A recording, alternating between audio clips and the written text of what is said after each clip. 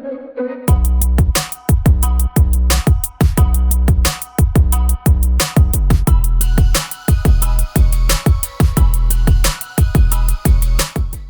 everybody. Welcome to the first episode of ManifestED. I really want to get into introducing our two first guests here, which are two of my fastest growing friends. It's been a whirlwind relationship, but a seriously fun one. Joe and Liz from the EdUp podcast, probably the fastest growing podcast, certainly in the education space and maybe overall. Show started less than 18 months ago. Already up to 40,000, probably closer to 50,000 listens, done 150 episodes. 100 countries are listening in. 20% of the audience is non-domestic in nature, all culminating in Liz being named a top voice in education for 2020. Maybe better luck next year in 21, Joe. But we're thrilled to have you all on. And we think you're important first guests, really, because you're the third-party arbiters of this space, interviewing all these presidents, chancellors, boards, tech innovators. I guess I'll just start at the beginning, say welcome, but give us some sense for how the show got started, where you have it now, and where you want to take it.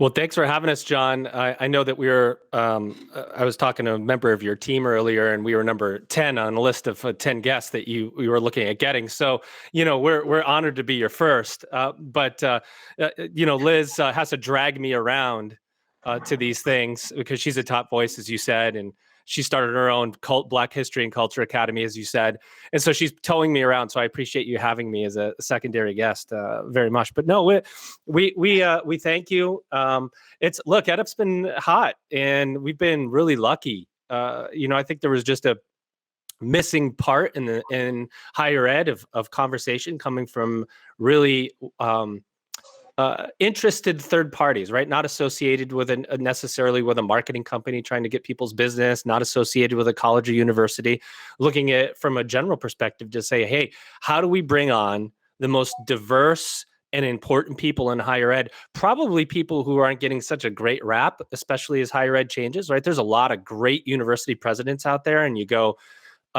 who's behind the curtain? Who's making these decisions? And these are really amazing people that we've been honored to really get to know, get to know, just like you. And John, you're a great guest for our podcast, and we are so appreciative to have you on. But there's so many voices out there, and how do you access these people? And really, a podcast, not only do we work hard to humanize things, which I think we do a really good job of that, don't you, Liz? But to humanize these people and say they're just not these higher ed people that sit in an office and put their feet up on a padded chair all day. I mean, these are hardworking people looking to serve students. What do you think, Liz?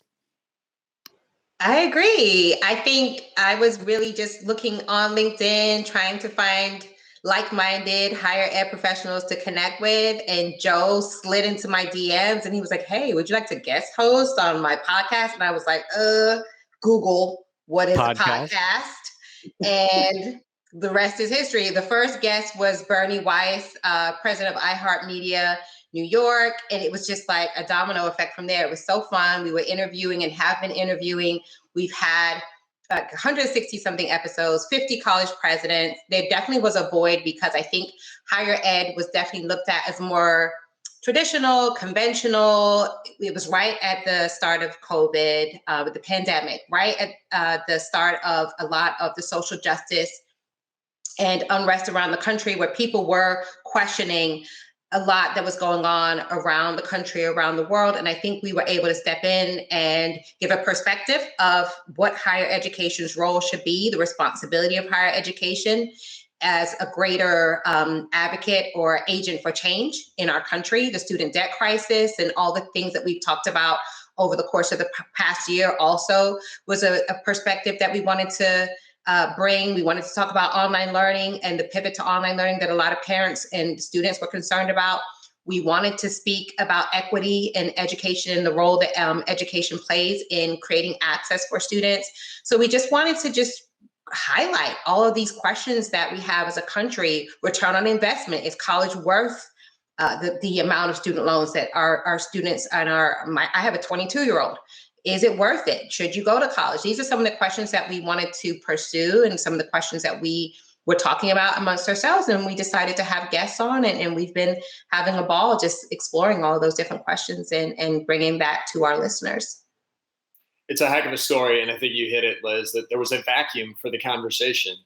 For as tried and true and long-standing as the education space is, I don't think it had the voice and epicenter of discussion that you all have provided. You started the show, and I've seen your list of upcoming guests. I mean, it's insane what you all have scheduled, and it just points to the fact that it is a public good being serviced by you all. And Liz, you hit on a lot of those macro topics that you all have been delving into with these leaders in the space. And I want to get to some of them.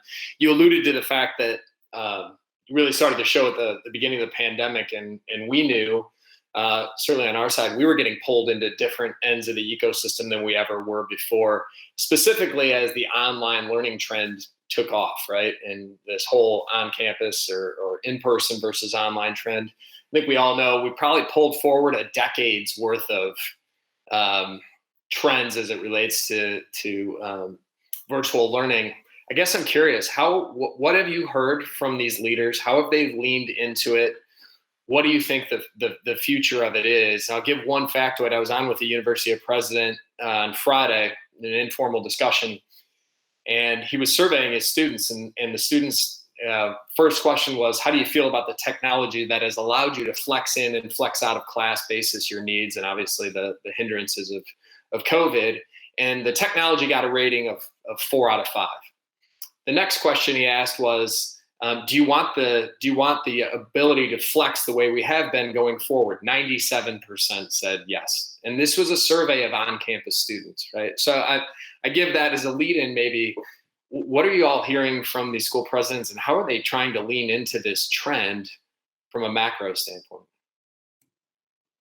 I'll take that one first because I think the question there's something underneath that question that you have to define, which is who are we talking about? Right? Whenever we talk about students, I think we really have to define who it is we're talking about. Are we talking about the traditional 18-year-old on-campus student and what they want to experience, or the way you would think of traditional higher ed?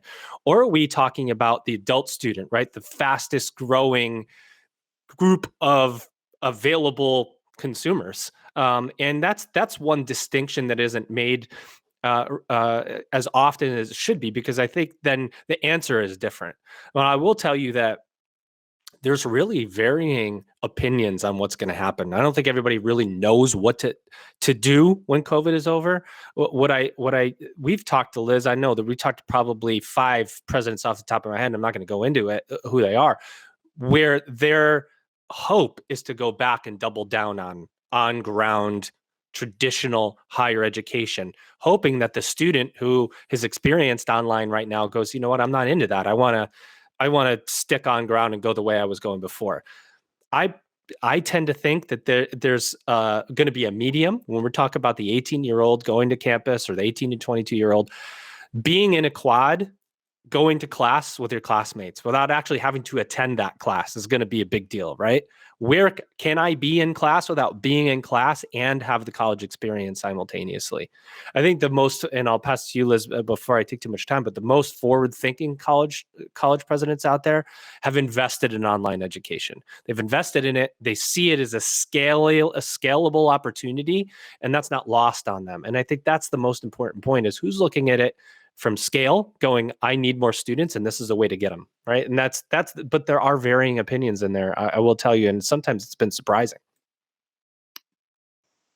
Yeah, there's just so many different opinions, and we have thousands and thousands of colleges across the country, and I think everyone's navigating this differently. As a professor, as someone that's taught online for over a decade, I think that online learning, which is a really long time, which is a very long time. I mean, I've you definitely have so much knowledge, Liz. Well, you're my mentor, so I would say that I defer to you in these matters, since you're older and you have more wisdom. But I will say that in the sphere of online learning, there definitely, I think one of our guests said, this has put a jetpack, right? This has really pushed the envelope in terms of schools that maybe not had had not considered online learning as a viable option, now having to do so in order to keep students safe.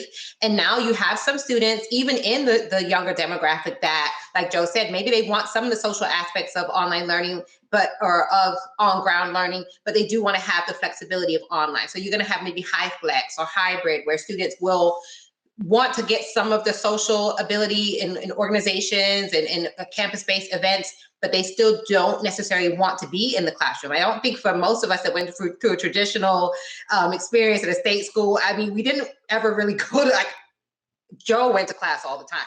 But I don't know if I necessarily wanted to be in the classroom. I was there for the experience and growing up. And I think those of us that have college, really experienced it, Liz, in its full form, didn't you? I did. I went to a huge football school, University of Florida. So it was a great campus. I had a great experience there. But I think for a lot of students, they don't necessarily want to be in the classroom. So you are going to see even the younger generation that are saying, hey, I still want to have online. I want that to be an option. Maybe take some of my classes online, be able to take maybe some of the labs and some of the harder classes on ground and be able to have that face-to-face interaction. What this has done is given students exposure to online learning where they may have been shunning online. Like, I don't ever want to try online. Now everyone's forced to try it. So I think you are going to have the non-traditional student or the new traditional that, hey, this is what they really wanted, and they're going to fully embrace it. And they don't really care necessarily about on-ground activities or football games or fraternities and sororities. But then you are going to have the younger generation student, the more traditional student, that is going to now be a little bit more open. And I think, like Joe said, the schools that are going to survive and are going to thrive will be the ones that are open to all these different opportunities so they can serve the students' needs the best way they can. Yeah, quick interjection here. If you're not already picking up on the reason why EdUp is so popular is the witty banter between Joe and Liz, which I've found really entertaining. And witty on my side, not so much Joe's side. I really just take the full force of the banter that Liz delivers. It's everybody's got a role, Joe. But I think, Liz and Joe, you're making a really good point on it. We don't know where this is going, but I think we are seeing, like, students really across all demographics are probably building into their tolerance online in some form, whether it's hybrid and I'm on campus, whether it's online pure play distance learning, it's going to have a role. And as a result, I think we're now starting to see the industry condense a little bit, right? We used to had sort of your online pioneers on the one hand, were really good at that, sort of just focused on adult learners. And then you obviously had your tried and true flagships, a University of Florida where Liz went is a good example, where traditional on-campus learning. But it now seems like those things are starting to merge. And I guess in particular, I do want to ask you about the flagships who, their charter is to educate the masses, and for those state-run institutions, how do you think this trend is going to come together? You've had Purdue, Arizona State, Penn State, Maryland make investments in online education far in advance of this. Recently, you saw Arizona and UMass create partnerships to scale their brands out. Anything you're noticing when you're talking to those schools in terms of what their aspirations are? I know our friend Brandon Bastide even postulated 2 weeks ago that he could see these big brands getting upwards of 1 million students. Is that an aspiration you're seeing out of those big flagship schools? Big question. Not yet. Maybe behind closed doors, but I think there's a couple things there. And, Brandon makes a really good point. There's a lot there, right? There's accreditation, and you'd have to redo your model. You need a new financial model. You'd need a new operational model to do something like that. And those flagship schools that you're talking about are traditional. They've got faculty senates and committees for everything. And when you have that, it's very hard to break that. So, some of those flagship schools, I think, are looking at online as look, there's a reason why Arizona went out. University of Arizona and bought Ashford University, because it's an entire operation outside of the traditional. And so now I can scale my online learning without muddling it up and all of the stuff that comes together with the recipe of online tradition, or of traditional higher education. Are they going to grow? I think so, right? Because if you're a brand name university right now and you can go find the student across the country that you weren't able to access before, obviously it's your growth. Now, I will say this. I believe, and this is my opinion, I've written about this before, and I do get this sense when I talk to the college leaders that some of them know this and some don't, but I believe that college closures and college mergers and scalable universities are directly tied to their knowledge and execution of online digital marketing. If you can't find the student better than the other institution, you're not going to scale. You're not going to thrive. You might survive, but you're not going to thrive. And a lot of those big flagship universities, as you mentioned, John, they haven't had to invest a lot in a digital marketing infrastructure. And University of Florida, I've heard it a million times in EdUp episodes just from Liz, but there's brand there, right? And you tell your buddy, your friend, you went to University of Florida, they go. So if you're an institution looking to scale and to compete for those online students who could look at 50 institutions, you've got to be good at marketing and you've got to be good at lead generation. Dare I say students are consumers. I do believe that. So that's my take on it, John, is that I'm not sure yet. I'm not sure if they're going to be able to do that. What do you think, Liz? I think you're right. I think it remains to be seen. I think that we are seeing schools like University of Florida that are investing more heavily and have been in the online space, but they do see opportunity there to be able to serve students in ways that they have not necessarily been able to do before. Like you said, if you have a student that is across the country or a student that is in a part of the state where maybe, they don't necessarily want to go, 4 hours away, 10 hours away, whatever the case may be, but they still want that brand recognition of a big school, a big state school, or a school that has that clout. I honestly feel like it's really beneficial and it's very helpful for the industry as a whole. Online learning, I've always been a huge proponent of the idea that online learning is as good as, and Joe agrees with me, and we've both been in the online learning space for quite a bit of time, that it's just as robust, just as high quality as going to a state school. I went to a state school, Western New Mexico University, for grad school, and that was like the best, almost, I would say, of the University of Florida. I would say definitely the most amazing experience I've had as a student. So there's definitely the ability for a state school to create a very robust online learning program that engages students, has amazing outcomes, has engaged faculty, and can recruit students from all over the country and serve the students in a way that is, like you said, the student is a consumer and the student wants a quality education. And if you can give that as a state school and be able to increase your enrollment and provide that for students, I think it's a benefit for all of us. It just really rises the caliber of online learning in general. And John, let me just say before you're watching Liz enter in the University of Florida whenever she, either at the beginning of a sentence or at the end of a sentence, but that is brand marketing that she's doing. She's proud of her experience there, and that flagship university is being discussed in every episode, even on this episode. It makes it into every EdUp experience episode as well, University of Florida. But an institution that wants to compete for that student that's thinking about going to the University of Florida that Liz is talking about needs to be really good at getting their messaging out and distilling down their value proposition. So that's just a really good example of what we're talking about. I think it is a good example, and I'm sure Dr. Fox is very appreciative of Liz's continued talent. Oh, you have no idea. Maybe there's a sponsorship to come there at some point, but yeah, it's becoming interesting in terms of the needs of certainly tech. And then to your point, I think a lot of these schools, the more and more online learning options become more robust, it naturally reduces the geographic borders that used to envelope a lot of those schools and now puts them on the same digital block, right? In terms of their future student pipeline, how they recruit to them, the services they provide, which might be a good transition into that future student pipeline. I know our team is talking a lot to customers about the fact that if you're under 18 in America, you are 51% more likely to be part of the multicultural majority, right? So this student pipeline is coming and changing how universities should be looking at the future of the school. Right? That we know that part of the population is much more willing and much more wanting to make decisions based on student services, right?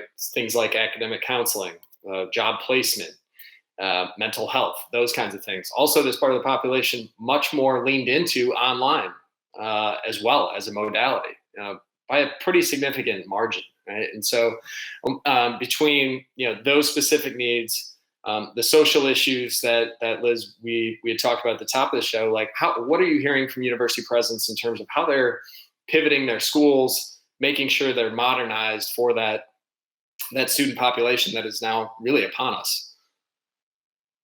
You go, Liz. I think that schools are becoming more and more aware, especially since George Floyd and the whole country is really zoned in and zeroed in on the idea of equity. And higher education is a huge part of that. What do we do to narrow the wealth gap? What do we do to increase the ability for students that are coming from typically marginalized backgrounds to be successful? And no matter how much we debate ROI of higher education, we know that a college degree is typically going to be the best way to improve your ability to earn over the course of your lifetime. So us as leaders in higher education and schools across the country really are going to be, like you said, aware. And I think that we have heard just from the different college presidents and leaders in the sector that we've talked to over the past year, we have heard that they are definitely aware of how they need to serve these students' needs. And support service is going to be huge. I mean, you hit the nail on the head, John. Mental health service on campus. These types of students want to have mentoring. These students want to see themselves reflected in the campus, in that environment of inclusivity, the environment of making sure that students feel like they belong there, making sure that they have support mechanisms in place in order for them to be successful is going to be a huge part of their decision-making process, because we know as a demographic that first-generation students, Latinx students, Black students, and typically really all students of color, and like you said, the multicultural majority, those students have typically been underserved in higher education. They're underserved in K through 12. They don't necessarily have the same resources in terms of when they go through the K through 12 system. And then when they come to college, they're not necessarily going to have the skill sets that they need to be successful. So how do we address that as a sector? And I think really in previous generations, kind of like, hey, you just got to hit the ground running and you just got to figure it out. You got to go to tutoring, or it was kind of like really put on the student. And we've seen that hasn't led to the best outcomes. Retention or graduation rates across the board have not been great, and they definitely have not been good for these students. So we as a sector, especially now with this enrollment cliff that has already shown up and is going to continue, we have to be really mindful about how we can best serve those students. And what you talked about in terms of student support is going to be critical. Because if we don't have those pieces in place over the next decade or so, we're not going to be able to retain those students, and those students are not going to be successful. We're not going to have the graduates. We're just not going to have the outcomes that we need in order to be successful as a sector. It's really important. I'd add to that a couple of things. One, we don't know what the pandemic has really done to years and years and years of wealth for people, right, and individuals. There's going to be a lot of people from that multicultural majority coming from a lower economic background that may not consider college. We don't know whether you look at your mom and dad who are, or if you're lucky to have both parents, you look and go, I can't go to school. I got to get a job. And so that's why I think that when you look at higher education, it's an entirety. The necessity of competition and the ability to have pathways to higher education that don't require the traditional 4-year degree are important to serve that population, right? Can I take this? If I'm 18 years old and I've come from lower economic quartile, am I going to college? I don't know. Am I going to go to work for a couple of years? If I'm going to go to work for a couple of years and figure out what I want to do, what is it that I can get a certificate in that helps me get a job that makes me make enough money where I can then go to college, right? And you look at it in this lifelong learning cycle versus just going to college and it being the end of the sentence. Look, I use myself as an example. I went to college. I went to a state school close to home because I didn't want to go that far from home. And I spent a long time in college taking classes that absolutely had no, racquetball and the foundations of yoga. And I got a D in the history of jazz, right? I was not a good college student. I was a good in college. I promise you, I was not a good college student. All right. So I got a BS in speech communications. What is that? That's a BS in BSing. Look, I'm using it right now. So the point there is that I didn't become more serious until I got older.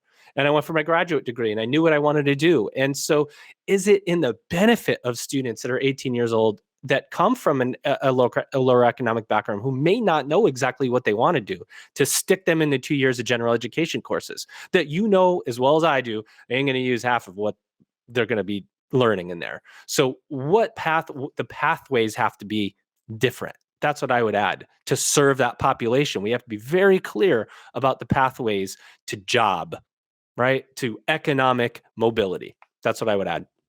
Yeah, great points. A couple things to unpack there. Number one, I do think another advantage of online is going to be producing competition for the betterment of students, right? So, Liz, to your point, that multicultural majority may value certain aspects of the university more. Well, guess what? The schools that are better at providing that in an online format will get the brand reward for that early pioneering and adoption, and as a result, probably will get we'll get the benefits of it, and then other people will try to follow. So I think there's some scale benefits to this that we're going to see going forward. Joe, what you're hitting on in terms of potentially how education changes shape, and I think a much more direct line of sight from investment to outcome. And I've always felt like this bridge between employer and education provider has been basically absent. And I think now we are going to move to a more student-centric driven education format that will demand, okay, I'm going to come to you, education provider. What am I going to learn that obviously shows how I'm going to get employed or get the outcome that I desire?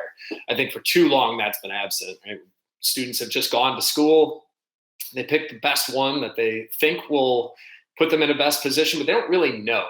And I think it's come high time that we go from a mindset of, hey, we're a university that educates, traditional university that educates 18 to 24-year-olds in a specific location, to becoming education providers of human beings across all demographics, but also for the life station they're at and the aspiration they have in the moment, right? It goes well beyond what traditional education forms. And that naturally spins to a conversation on certificates, credential stacking, and job training. I'm curious, as you talk to these leaders, how are they thinking about that? And what do you think that means for maybe, I guess, traditional degrees going forward versus, maybe this idea of boot camps and of certificates as currency for qualification for jobs?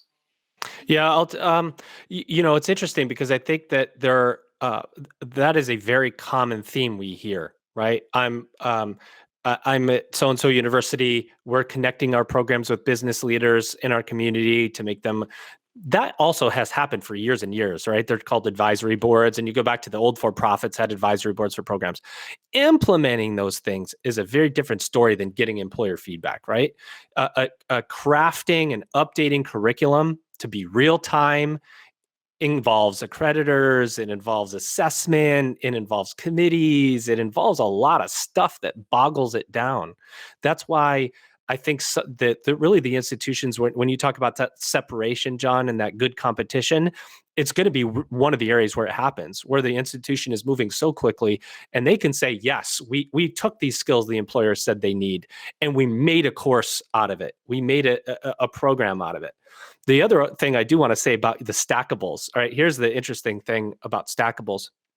One of the really common ideas in higher education is that on your way to a 4-year degree, you get an associate degree conferred, right? If you qualify for the associate, you get the degree conferred, and then you can keep on for your bachelor's degree. But higher ed doesn't typically do that.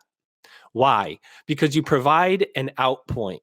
You provide an out for the student to go, oh, I've just achieved my associate degree. Do I want to sit around for 2 more years and go get my bachelor's, or do I want to go get a job with this associate degree?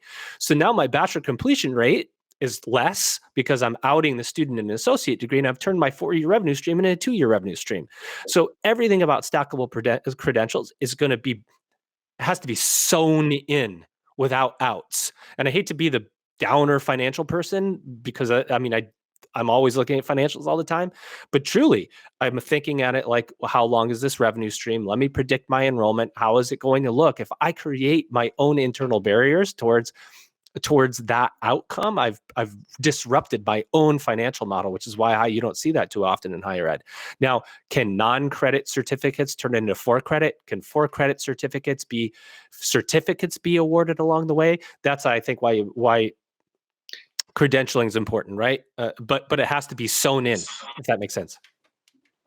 I think another issue with that, and this is where I think sometimes I take issue with some of that in terms of the lifelong learning aspect and the stackable aspect, is that we talked about it earlier today about cutting off your nose to spite your face with the campus bookstore, and how a lot of times the school will have a revenue stream of books. So there is not as much of a motivation. Incentive. Yeah.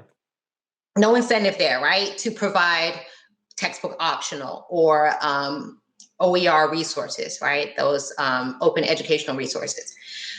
But my thought process is in terms of those stackables, or the associate degree, and that 60 credits that you're completing, that a lot of students drop anyway, because the student is like, I'm taking 60 credits. None of this is going toward my degree. My degree is 2 years away. In that meantime, maybe I should just get a job. Maybe, there's so many times that students go to, and this, Joe, from working in the for-profit sector as I did, that we would get so many students that are coming from the community college. And like, I went to community college for like a semester, 2 semesters. I just dropped out because I didn't really even see any results there. I want to just go to a program that I can fast track and I can get into my degree program more quickly.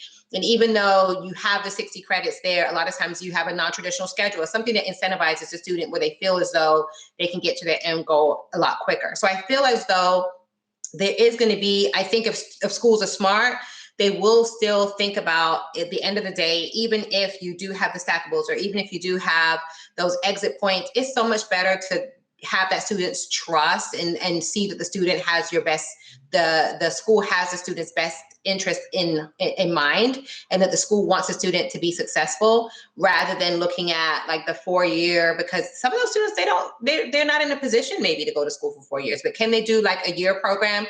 I taught for a small career college here in South Florida that all they had was like 6-month, 8-month programs, and they were always packed. That campus was packed to capacity. I would be in there like jostling through the hallway. This was way before COVID, because students really were incentivized by the idea. In the 80s? Was that in the 80s? No, this was like in the 70s. This was long before in my previous life. Yeah, and one more point to what you're saying, Liz. I think the student needs to understand, if you're going to do something like that, you've got to understand how specifically it's going to help get you a job, right? And that's the hard part to communicate for schools, is the specificity.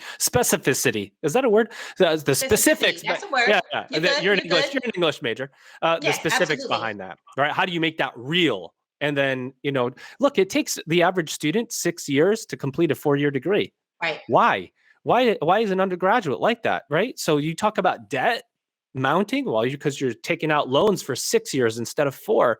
I mean, there's some basics behind there. Don't change majors, right? But if you're 18, how the heck do you know what you want to do? And that changing, even that is that. So there's a lot of built-in problems into the model, John, and that's the kind of stuff that has to be figured out. Yeah, you're bringing up a good point. I just believe somehow maybe we don't have the silver bullet yet, or know what it's going to look like, but the reconciliation of that practical training, as well as just the general education, which I think is a benefit in and of itself. I think those two things can merge. And I'll give an example. My buddy had his son at a big 4-year institution in Michigan, where I'm from. All in, that education was probably $100,000 when you factor in, cost of living and tuition and, board and all that stuff. Didn't get a job for about 18 months, went to a 3-month coding boot camp that cost them 10 or 12 grand. He's now got a great job making $80,000 plus on the heels of the boot camp, not the 4-year degree.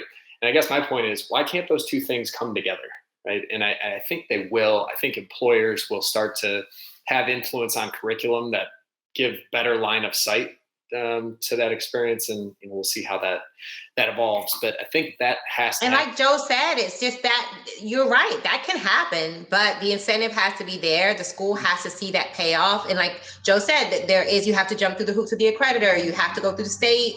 You have to make sure licensing. But if you can see that that's beneficial, and you can just reimagine what you're doing to serve the student, and I think sometimes there is just that gap between what we know is possible and what we know can be beneficial for the student, and us actually leveraging and creating that momentum to make it happen. And then like Joe said, and like you said, rightly, it can happen. We just have to make it so. Well, and maybe that person had a bachelor's degree, the one you're talking about, John. If he had a bachelor's degree and he goes to the coding boot camp and he gets a job right away after doing that, the forward-thinking institution comes in and says, "You've completed that boot camp. We're going to give you 9 credits towards your master's in, technology leadership with XYZ University." And so now you've got 7 courses left, and you can move up within whatever technology company you're working in to be a manager. So let's pair these things together and make them real for you so that you continue on with your education. And then they have a partnership with the employer so they can make it easier as far as the tuition reimbursement and show that they are working together for the best needs of the student. All that needs to happen, but the school has to be stepping out the box to make all that so, right? That's it.